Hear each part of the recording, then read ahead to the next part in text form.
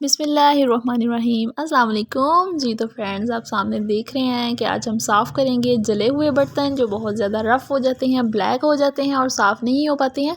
उसको हम उस चीज़ से साफ़ करें जो घर में मौजूद होती है और वो ऐसी चीज़ है जो वेस्ट होती है, जिसको हम डस्टबिन कर देते हैं जी। तो आप सामने देख रहे हैं ये क्या चीज़ है, ये चाय की पत्ती है जो कि हम चाय बनाते हैं और उसे पी लेते हैं और उसकी जो पत्ती होती है चाय की वो बच जाती है, उसको हम डस्टबिन कर देते हैं, वेस्ट कर देते हैं। उससे आज मैं आपको बर्तन साफ़ करके दिखाऊंगी और इतने अच्छे साफ़ होंगे। ये जस्ट साफ़ तो किसी भी चीज़ से हो सकते हैं, जस्ट स्कॉच ब्राइट से भी साफ़, लेकिन उसके पूरी तरह दाग जाना और उसकी शाइन वापस आना मेन बात होती है। आज मैं आपको वैसे ही उसकी शाइन वापस ला के दिखाऊंगी जी। तो आप देख रहे हैं इसके साथ हम एक और चीज़ ऐड करेंगे जिसे विनीगर कहते हैं, सिरका भी कहा जाता है। हम पत्ती के ऊपर उसे डाल लेंगे और इसको तकरीबन 5 मिनट ऊपर मलेंगे और उसे लगा रहने देंगे और सही से कॉर्नर्स में और जहाँ से दाग पक्के हों, ज़्यादा ब्लैक हो। ये इस टाइम मैंने 2 देगचे थे जो साफ़ किए थे, एक बहुत जला हुआ था और एक ये आपके सामने मैं साफ़ कर रही हूँ। 2 तरह के देगचे, किसी भी तरह का देगचा बहुत ज़्यादा जला हुआ हो, चाय से, दूध से, या अक्सर हम रख के जो भूल जाते हैं वो हम चीज़ें इस तरह इजीली साफ़ कर सकते हैं।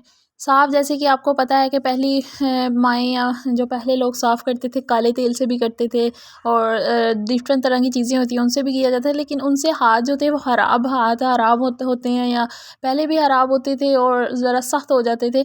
और हम ऐसी चीज़ से साफ़ करना चाह रहे हैं जो हमारी वेस्ट भी हो और जिसमें हमारे पैसे भी इन्वेस्ट ना हो, और दूसरी बात कि जिससे हमारे हाथ भी ख़राब ना होंगे और जल्दी भी साफ़ हो जाएगी। आप देख रहे हैं कि हम उसे कैसे साफ़ कर रहे हैं।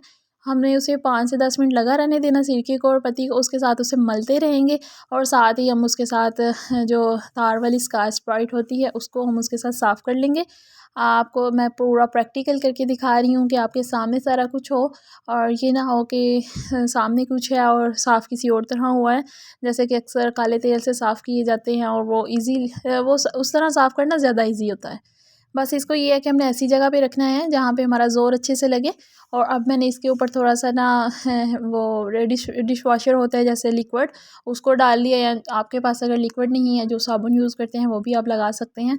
उसके बाद हमने उसको ग्रीन स्कॉच ब्राइट से अच्छे से ऊपर लगा लेना है और उसकी ओरिजिनल जो शाइन है वो वापस आएगी और बिल्कुल ऐसे लगेगा जैसे नया होता है और अब ऐसे फ़ील ही नहीं होगा कि जैसे कि ये पुराना है या बहुत ज़्यादा जल गया हुआ था, उस तरह फ़ील नहीं होगा।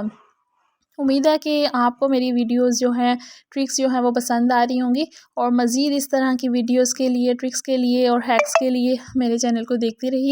हमारी हमेशा से कोशिश यही होती है कि हम आपको ऐसी ट्रिक्स बताएं और ऐसी जो है ना हैक्स बताएं जिससे आपके पैसे ज़्यादा खर्च ना हो, और इस महंगाई के दौर में अब घर से ही अपनी चीज़ों को क्लीन करें, किचन को अच्छे से साफ़ रखें और घर को भी अच्छे से साफ़ रखें और विदाउट केमिकल चीज़ें यूज़ किया करें जिससे आपके हाथ भी रफ़ नहीं होंगे, ख़राब नहीं होंगे और चीज़ें भी ख़राब नहीं होंगी। Thanks for watching. अल्लाह हाफिज़।